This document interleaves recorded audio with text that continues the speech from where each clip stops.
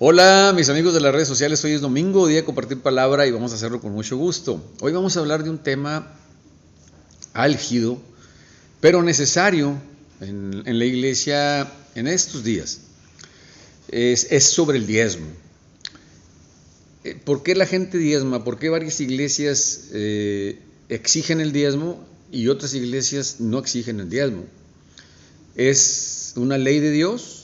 ¿Es un mandamiento divino o es una costumbre? ¿Qué es el diezmo? Y bueno, empezamos desde el Génesis, viene la primera mención escritural de la palabra, donde Abraham, después de tener una trifulca con otros reyes que habían venido a hacer que otros reyes pagaran el tributo que no querían pagar. Supuestamente aquí en el Génesis nos explican esa reyerta, llegan a Sodoma y saquean todo, y ahí vivía Lot, el sobrino de Abraham, y también se lo llevan cautivo como rehén. Le mandan a hablar a Abraham, ya saben que Lot era sobrino de Abraham, le mandan a hablar a Abraham y dice que con 318 hombres adiestrados, fíjense, de los siervos de Abraham, va por ellos, los rescata y llega y le da del botín que habían recuperado, del botín le da el diezmo a Melquisedec.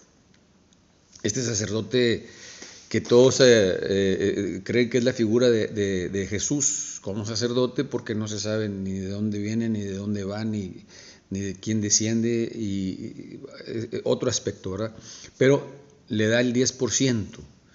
Entonces, eso es lo que aparece como diezmo en el Génesis.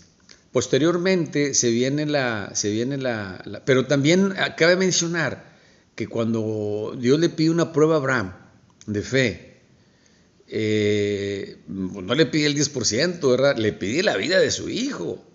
O sea, con Dios y con Jesús no hay porcentajes. Entregas tu vida y Él entrega su vida por ti. Tú entregas tu vida por Él y Él entrega su vida por ti. Así es el cristianismo. Maestro tenemos y tenemos que dar el 100%, no un porcentaje.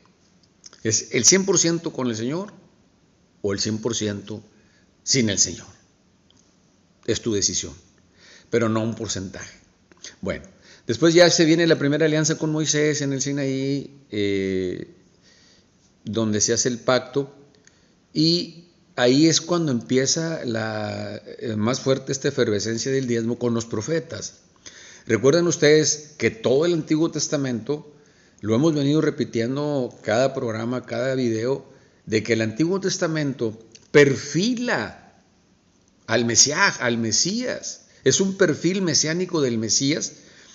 Todo el Antiguo Testamento, que es muy bueno saberlo, como la historia de la salvación, pero nada más hasta ahí, ¿verdad? Nada más hasta ahí, porque luego después viene ya, como todo figuraba el Mesías, pues ya en el Nuevo Testamento, y ahí ya es la figura del Divino Maestro, la que es el Mesías esperado, ya es el Hijo de Dios venido en carne, el Hijo de José y María, y el que va a través de su muerte y de su vida expiatoria, expía los pecados de la humanidad, y por eso es nuestro Salvador.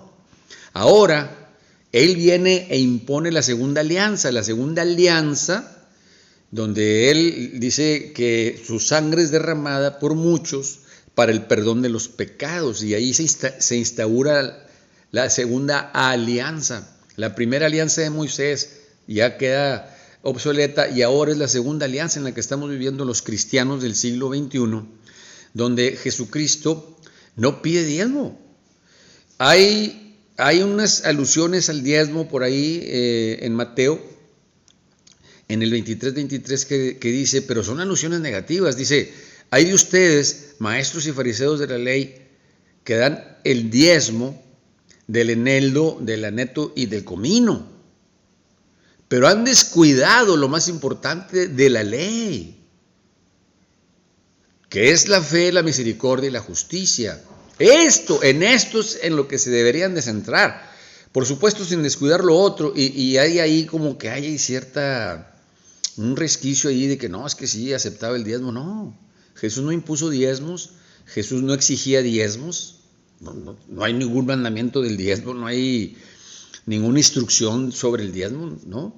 Simplemente cuando viene Jesús en el Sermón del Monte él dice, no he venido a abolir la ley y los profetas, he venido a darle cumplimiento. Porque ustedes tergiversan las leyes de mi Padre haciendo las leyes de hombres. Imponen cargas pesadas que ni ustedes son capaces de llevar. Y lo dice claramente, habéis oído que se dijo, no desearás la mujer de tu prójimo, pero yo te digo, que si miras con ojos de lascivo a una mujer, ya cometes pecado en tu corazón. Habéis oído que se dijo, no matarás, pero yo te digo que si te enemistas con tu hermano, serás reo ante el tribunal. Y nunca habla del diezmo, nunca habla de esa como tipo mandamiento o como instrucción no, para nada, ¿verdad? Para nada. Alude que no está de acuerdo a cómo llevan la ley, porque le hicieron leyes de hombres. Y así podemos decir que antes de la ley no había diezmo y después de la ley con Jesús en el segundo pacto tampoco hay diezmo.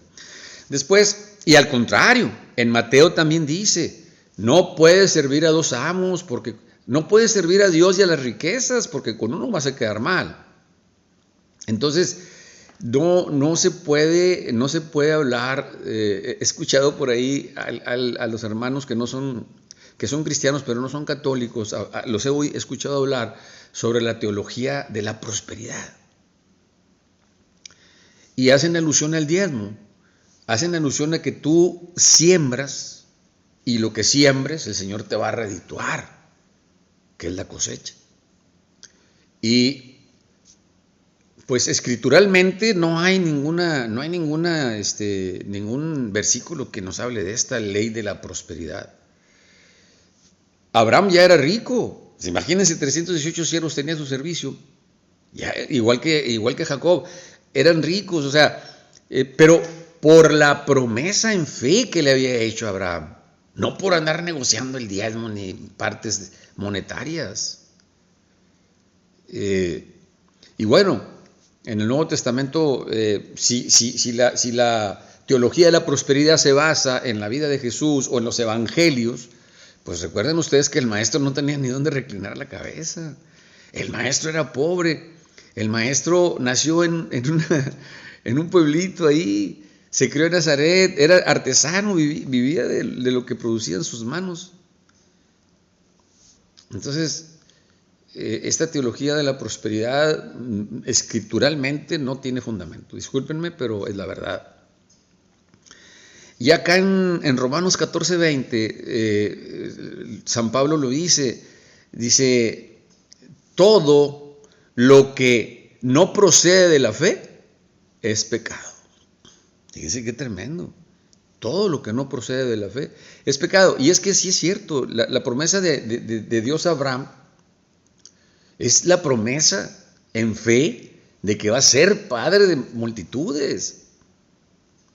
En base a la fe, a través de nuestro Señor Jesucristo, es en base al amor. Ámense los unos a los otros, es el mandamiento, un mandamiento nuevo les doy, que se amen los unos a los otros como yo los he amado. Y por eso la fe es un don gratuito, porque la fe es para todos. Todos recibimos ese don de fe, que no lo llevemos a efecto, pues es otra cosa, pero todos tenemos el don de la fe. Desde que nacemos tenemos el don de la fe implícito. Entonces, esto del diezmo no es correcto. Ya San Pablo nos dice, el dador alegre es una ofrenda a la iglesia, porque sí es cierto, se tenía que mantener la iglesia. Precisamente en el Antiguo Testamento los levitas y los sacerdotes, a ellos se les daba el diezmo. Ahora en esta iglesia, ahora también se dan ofrendas, ¿verdad? Se ayuda a la iglesia para que los sacerdotes y los que sirven en el templo tengan de qué vivir, porque ellos no tenían nada, ni tierras ni nada, se dedicaban exclusivamente al templo. Ahora en el siglo XXI ha cambiado. Sin embargo, las ofrendas en Hechos 30:35 dice claramente, hay más alegría en el dar que en el recibir. Se da con amor, no con exigencia. ¿Cómo que me exiges el diezmo de lo que yo gano? Y cuando doy mi diezmo, eso fue lo que ganaste, caray, y te contabilizan tu ingreso. Yo creo que eso no está bien, en mi muy particular opinión, porque no tiene base escritural. No hay una base escritural, no hay ninguna instrucción, no hay ningún mandamiento, nada que el Señor Jesús ahora en el Nuevo Testamento nos haya hecho alusión a diezmar. Entonces, claro, cada quien es libre, ¿verdad? De hacer con su dinero lo que quiera, ¿verdad? Pero eso de estar negociando con Dios una parte de mis ganancias, eso no es correcto, porque el amor de Dios a nosotros es a través de la fe, se demuestra a través de la fe, y es el 100 por uno. Yo doy el 100% de mí, y el Señor me da el 1000%. Entonces es o todo o nada. Así es el cristianismo. Por eso nosotros le firmamos el cheque en blanco cuando nos hemos decidido a servir a Dios. Firmamos el cheque en blanco porque estamos dispuestos y somos siervos inútiles que estamos haciendo nada más lo que tenemos que hacer. Hasta aquí la palabra. Nos vemos la semana que entra.